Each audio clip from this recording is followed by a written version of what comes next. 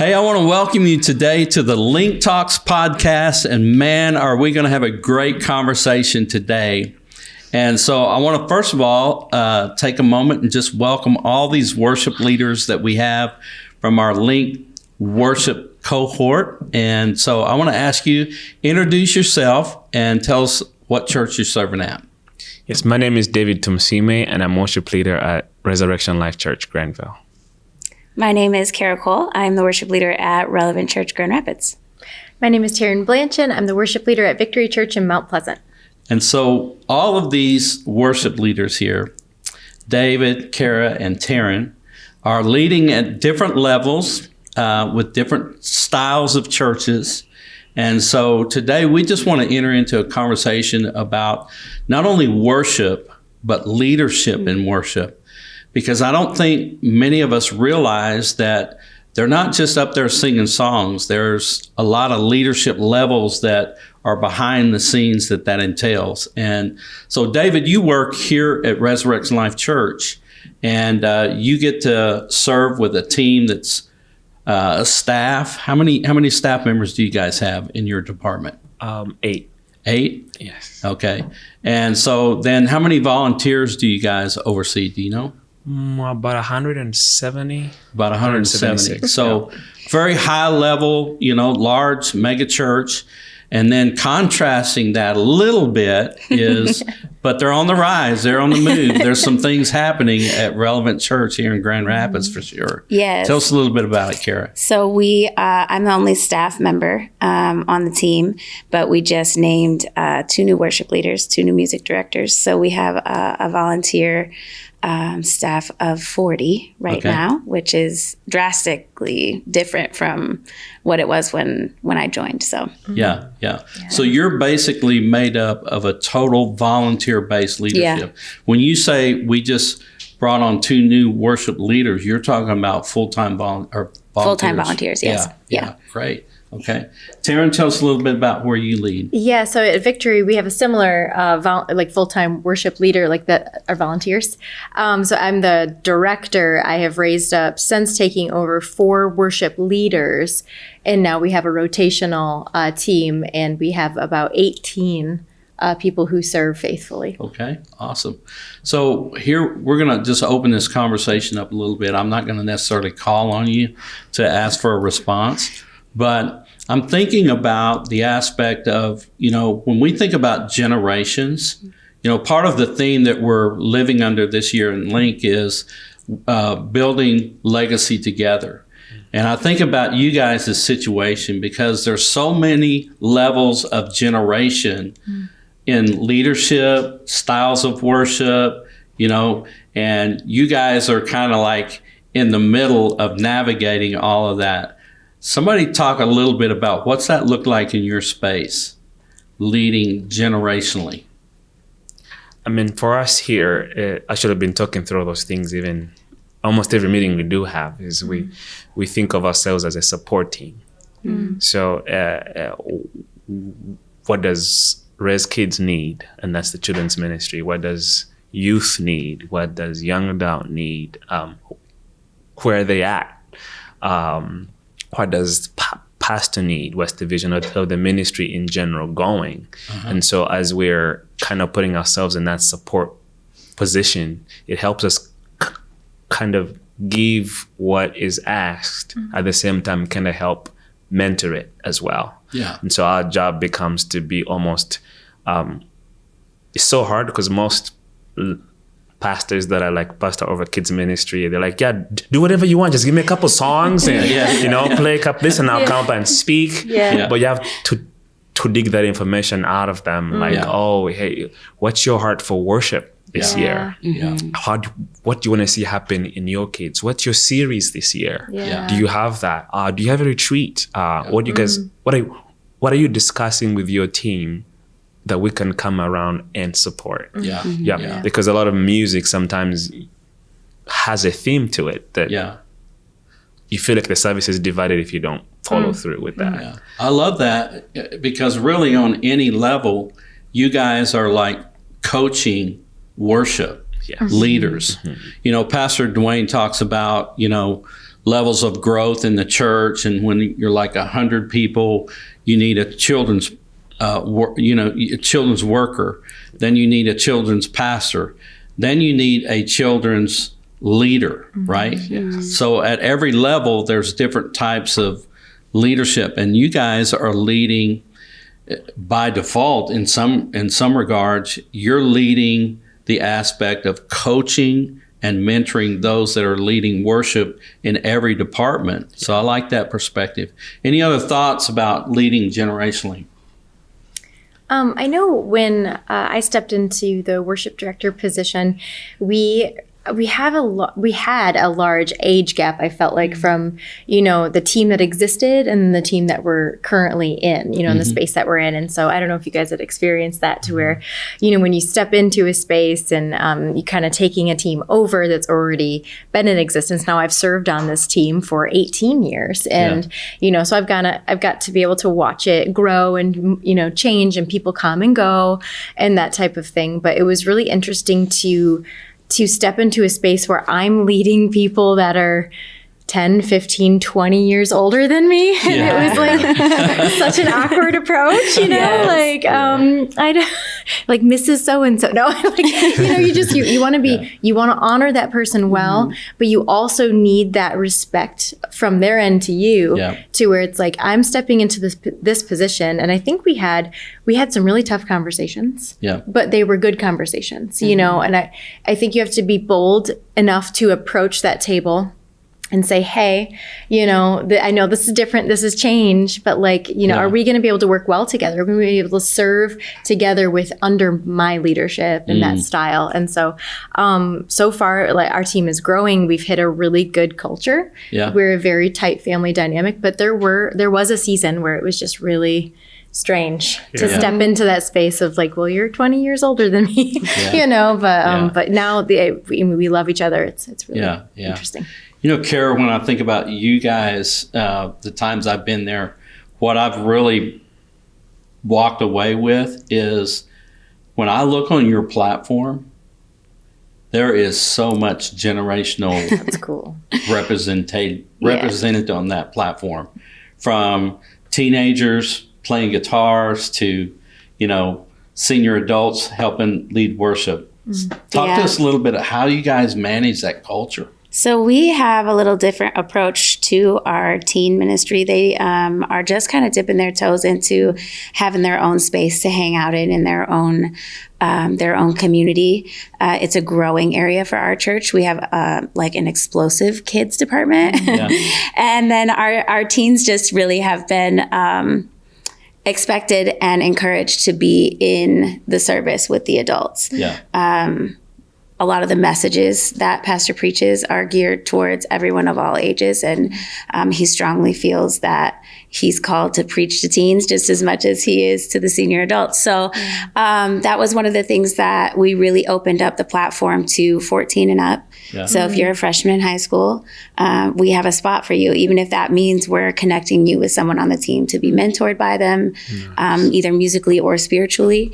Our bands are a really mixed, eclectic group of generations. So we've got, like you said, everyone from 14 on up to 60, 70 plus. So everybody brings something different to the table. I've really felt that the wisdom and the experience that our senior adults do bring is valuable. And so we do a lot of feedback. We do a lot of forums to gather information, like how are you growing? How do you feel supported? How do you feel that you're being equipped in this space in worship? And how can I better support that as a leader? So, Yeah, that's really cool. I'm sitting here thinking about, if I'm looking at a congregation, there's so many different levels of diversity that exist. How do you manage and how do you lead vision for different types and styles of worship so that there's an inclusiveness, in the congregation? Maybe that's represented from the platform or whatever. Yeah, that's to me the harder for any worship leader out there. Because I think, to me, it's first I have to be able to discover what's the voice of God for the house. That's where the vision from the lead pastor, the voice, that this is what this house is about. Yeah. For us here, it's win souls, make disciples. Yeah. So that means whatever I'm singing into, whatever I'm seeing first, that should lead. And then next is how can that be broken down so that everybody from high school or even before that, if the church welcomes it, we have kids church, so we don't get to have to break things that far down. But all that means things, and then you add something. What season are they in? Because every sound has a specific season that it's for. And so for us, what we found working is definitely paying attention to those two, and then what helps us is to stay consistent and predictable. When they can tell that this week is Heart for the Kingdom, Pastor is talking about missions, he's talking about Pakistan, he's talking about Iran, he's talking about Uganda, he's talking about Cuba. Any person walks in is like, oh, I know what I might hear today. I'm going to hear for the sake of the world, let it burn within me. And then we try to add on top of that we always make sure the gospel is fully presented. Because part of it is not that it takes people longer to come from a cup of coffee and then come in and have 25 minutes where it's like, oh, now I'm ready for the word. And so it's from the entrance, you're receiving the word. But then you come to your senses to be like, oh, I'm ready for the word. You've already been primed by the word. And so those are things that have helped us. You're kind of in a unique situation, Taryn, in that you're in Middle Michigan. But there's also, you're in a college town. So talk to us a little bit about, how does that impact the way that you guys prepare for worship? So we are a college town, yes, and we're kind of on the outside of where the college is located. So we're not technically nearby, if you will. They would have to drive north a little bit. There are some campus ministries, and we really support those campus ministries as our body. We like to pour into them. We pray for them and their leadership and the stuff that they're doing on campus. My husband has wonderful relationships with them. But I would say I like to look at worship, you probably look at it the same way architecturally, you're building the service, right? And that goes off of prayer and consistency. Like you said, creating that consistency. Everything you said was great. I'm like, yep. And so I think we don't look at so much how do I say this? We don't want to edify culture. You know what I mean? So we keep our worship consistent with what glorifies God. So you come into the house, you come into a house of prayer. You've come into a house of worship, and that is our focus. That we're not doing this directional type of worship. We're going straight this way, as an offering. And we really focus on the fragrance. Is the aroma pleasing? Is it good, Lord? Can we lay this at your feet as an offering? And that's our heart approach towards, worship. And I would say with the younger students, we have a good mix, teens and young adults and young families, very young families in our body right now that, they are in awe and adoration, and it is just so cool to watch them step into worship in a much deeper format. All of you have mentioned this, but it might have flown over our heads a little bit. But there's a culture that you're managing, whether it's the culture of the house, the culture of worship, the culture of volunteers and people that are on the platform. I'm thinking of, that dynamic tension between someone that, steps on the platform and they think they've arrived, and it becomes a little bit of their identity, Talk about managing some of those dynamic tensions of, culture, integrity of heart, those kind of things. Anybody? I think what's worked really well for us is casting vision and collecting everyone together. And our mission is to gather around Christ and to grow in community. So realizing that we are a subculture within our large culture of musicians and artists who see things maybe from a different perspective or can appreciate things from a different perspective. And so with that comes like lots of opinions, lots of musical interpretation. And so just managing a space where everything gets bounced off of the same base, which is like, are we pointing people to Jesus? Does this match our mission? And what is this song, or what does this sound, what is this creating within the room? So it's an easy way to say, no, we're not hurting anyone's feelings. We're not shutting down your ideas. It's okay, bring everything to the table. What fits this mold the best? And it's created a lot of unity within the team, actually, and a lot of creative space to be able to have those conversations. A big focus, my favorite part, is diversity from the platform, because we are all about collecting the prodigal sons and daughters and welcoming them home. And they all look different, right? They all come from a different walk. And so we're seeing at Relevant this influx of other cultures coming together to worship God. And what does that look like? We don't all speak the same language natively. We don't all listen to the same type of music. The same things don't sit in our hearts the same way. And just being able to respect that there's a space or a moment for everyone within this service. So we've been singing some Spanish lyrics. We've been getting Spanish lessons. We've and team members are pouring in, right? We've got team members who are like, oh, I speak Spanish. I can come help clean up those lyrics. Or have we considered this Latin beat? Or have we considered this really repetitive gospel song? Which is so different from kind of the wordy, more scripturally based storyline songs that we've been singing. So it's speaking to everybody a little differently, but allowing space. What I like about that is that you're managing the diversity and the conflict that could emerge from that diversity, and the conversations that may need to be had in that diversity by the culture, the foundation of the culture. Does that make sense? Yeah. You're shaking your head, David. Talk. Yes. Oh no, I'm just Come on. agreeing with everything. Lean in and give us some wisdom here. Oh, I just love everything you shared and what you shared before. And you see, most of the things to do with culture that people catch is what you don't say. So you can be like, oh, we said everything. And someone leaves there saying, oh, so you mean we can't do this? So you mean we can't go there? So you mean, so it's really being able to meet, have good conflict amidst of all of it. It's, is our table open for everybody to put something on it? Because when people feel like your table is set and I can add my cup on it, then no matter what you say, they'll say yes. But they'll keep their cup under the table. And then that hidden thing is what I've seen majority of the time kind of hinder things. It will show up as a song rejected. It will show up as an emotion not felt. It will show up as a roadblock to you're like, you're saying that song wasn't good at all? No, it wasn't. But really what was harboring underneath is you said something or did something that created a conflict that they didn't feel free to express. And I think when we talk about culture, for us, those are the things that we've really been able to break through and say, you know what,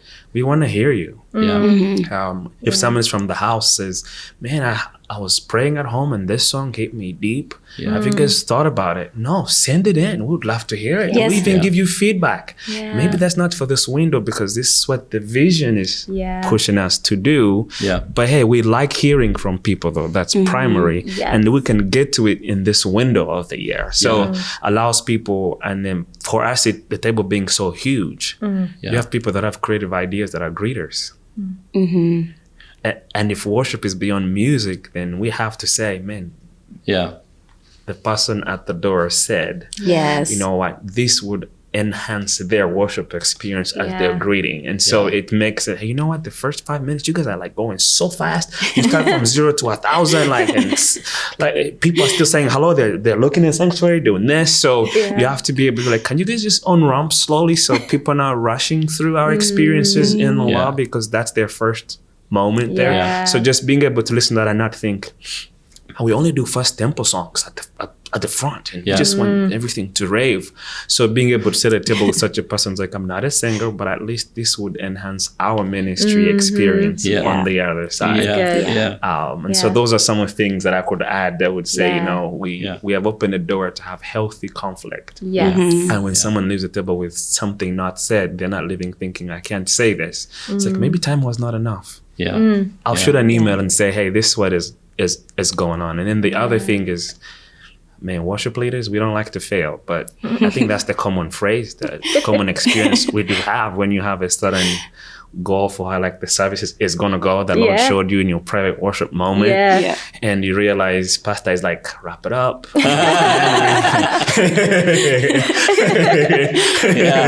And so you have to be open enough to be like, you know what, the Lord did what he wanted to do with what I had, and that should be okay. I know, like, I was able to excise songs and like in my experience, so I communicated with my team, is it theologically sound? Is it artistically beautiful? The third thing is it congregationally friendly? So like, because people will submit songs all the time, and like you said, it could be anybody, and I love those ideas, and so I'll just take them. But like with my team particularly, we have communicated, these are the 3 things I want it to meet, and if it only meets one of those 3 things, it's going to be an immediate no. So not only does it make a good communication piece for them, and it sets the level or the stage, it allows them to go dig into the lyrics instead of like, this song was super cool, here you go. And it's all on the leader. I'm like, I want you to go listen to those lyrics, go write them down, go pull them up, go through the definitions. Is it in the Bible? For one, if it's not, then we're not going to do it, and I feel like that helped remove some of those maybe hurt feelings of like, you didn't do my song. This song spoke to me in my season, but is it a congregational song? Is it, is it theologically sound? Was it actually rooted in any scripture? And so now when they submit songs, they have gone through, it meets all 3 categories. And, honestly, it puts that responsibility, and then they take that ownership, and then they know when we do the song, it's because they went through, they did the work for it. And I feel like there's a much greater reward in that. That's really good.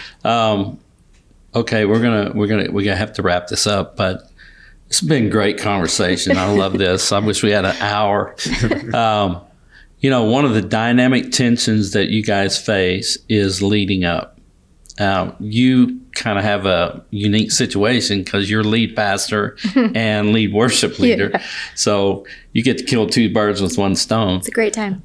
But we do have to lead up, and sometimes we're leading up to someone that, they're sound deaf or whatever you would call it. They're tone deaf. I guess that's the terminology. And they don't really appreciate and value worship maybe on the level that you do. So how do you give us one thought for maybe someone that's listening today? How do you lead up effectively to your pastor, your lead pastor? Envision, purpose of the worship, how you're tying it in maybe with the theme or whatever. How do you lead up to your lead pastor? I like to ask questions. Anything that brings clarity, because I've found feedback to be the greatest tool. If you take a moment and just imagine, music wasn't introduced in worship until the Tabernacle of David. There was worship before the Tabernacle of David. When Abraham went to the mountain, worshiped. It was a kill mission, but it was worship unto God. So all those in between, they never sang tones or anything. But you can see the questions that they asked, the faith they had to have. So a good example, Pastor Dwayne might say, you know what, 18 minutes is enough this Sunday. I'd be like, yes, we can do it in 18 minutes. And by the way, I like this song that you did last week, even though we've done it 3 times already. So you have to be able to welcome that. Okay, this is the temperature gauge of the house. Because here's what we normally get through as worship leaders. We have an agenda. And sometimes what we're tired of doing, the front row is just catching on. That song that used to look on the screen for the whole time, you're like, the 10th time, you're like, man, we've done the life out of this song. And the front row person's like, I finally learned it. So it's just being able to slow down and ask questions and just know that the vision is not against you. Yeah. It's actually for you. Yeah. Yeah, That's good. Yeah, that is Tara? good. I think for me, it's communication for sure. It's knowing his heart and spending time with him and knowing well his vision. And like you're saying, just trusting that he knows the temperature of where we're at spiritually in the church and what they need. Yeah. And sometimes that looks like singing the same song more than we would like, or sometimes that looks like, I'm very lucky. Pastor Trice is musically inclined and has led worship in the past. So he might come up singing a song that I don't know, and like being ready to step aside and let him lead that song and not try to join him if I don't know it. There you go. But just also remaining humble and Yeah. remaining steadfast and knowing that what God has called me to do and what my position is, that I can do that position well and good. feel equipped, and that he checks on me too That's great. and makes sure that I have what I need. So Yeah. yeah. And Taryn, how do you have self-talk? It's unique. Actually, I do Senior pastor, what do you think? Oh, I think this.